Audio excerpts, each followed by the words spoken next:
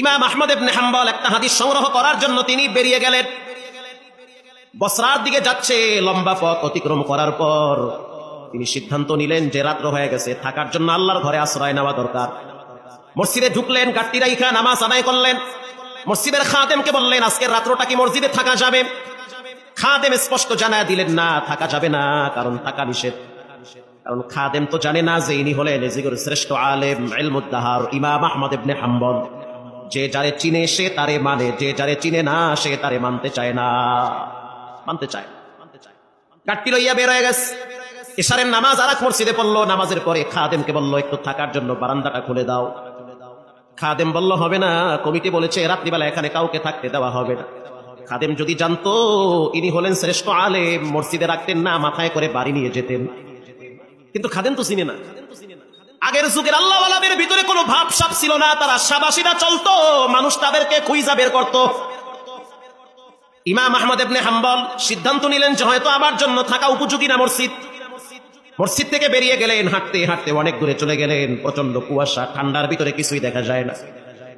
কিছু দূর যাওয়ার পরে তাকায় দেখতে আছে চুলার আগুন উপরের দিকে উঠতেছে। বুঝতে আর বাকি না, এখানে চুলা জ্বলতেছে, চুলার উপরে তাওয়া দেওয়া, এক যুবক দাঁড়ায় দাঁড়ায় রুটি ভাজতেছে। ইমাম আহমদ ইবনে হাম্বল কাছে গিয়া বললেন, ও যুবক, আজকের রাত্রটা যদি তোমার গরম চুলার কিনারায় কাটায় দেই তাহলে কি তোমার কষ্ট হবে? যুবক বলল, না, কষ্ট হবে না। আপনি একজন মুসলমান, আমার চুলার কিনারায় যদি আপনি একটু ঘুমান, এটা তো আমার জন্য খুশনসিব। থাকেন আপনি, ভিতরে কম্বল আছে, আইনা দিচ্ছি, রুটি আছে, যত মনে চায় খান, আরামে ঘুমান, ফজরের টাইমে আমি আপনার ডাইকে দিব।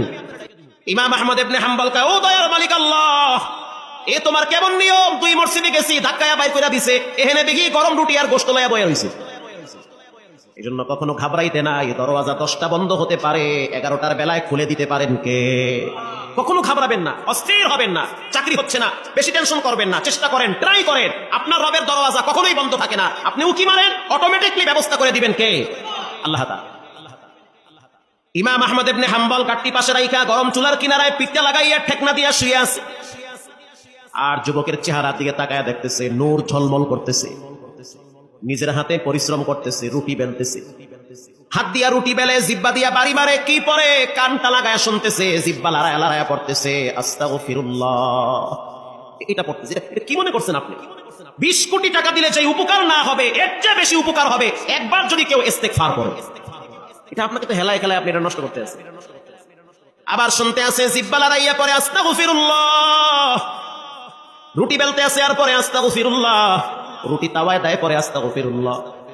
যে যারে চিনে সে তারে মানে, যে যার পরিচয় পায় সে তার জন্য পাগল হয়ে যায়। যে তার রবকে চিনছে, জীবন চলে গেল ফজরের টাইমে ঘুমায় থাকতে পারে না। যে তার আল্লাহকে চিনে ফেলাইছে, যে মনে করে যে আমার হায়াতের মালিক আল্লাহ। আমার মতো অনেক মানুষকে রব্বুল আলামিন পঙ্গু বানাইয়া বিছানায় ফালাইয়া রাখছে। অনেক যুবককে গাড়ি অ্যাক্সিডেন্টের মাধ্যমে কবরের বাসিন্দা বানায় দিছি। হঠাৎ হঠাৎ মানুষদেরকে আল্লাহ তাআলা দুনিয়া থেকে বিদায় করতেছে। কত যুবককে রব্বুল আলামিন ঘুমের ভিতরে জায়গায় প্যারালাইজ বানায়া দিছে। যে তার রবকে চিনে জীবন চলে গেল, সে গুনাহের রাস্তায় পা বাড়াইতে পারে না। ইমাম আহমদ ইবনে হাম্বল তাকায় দেখতে আছে, যুবক রুটি ভাজে আর পরে আস্তাগফিরুল্লাহ।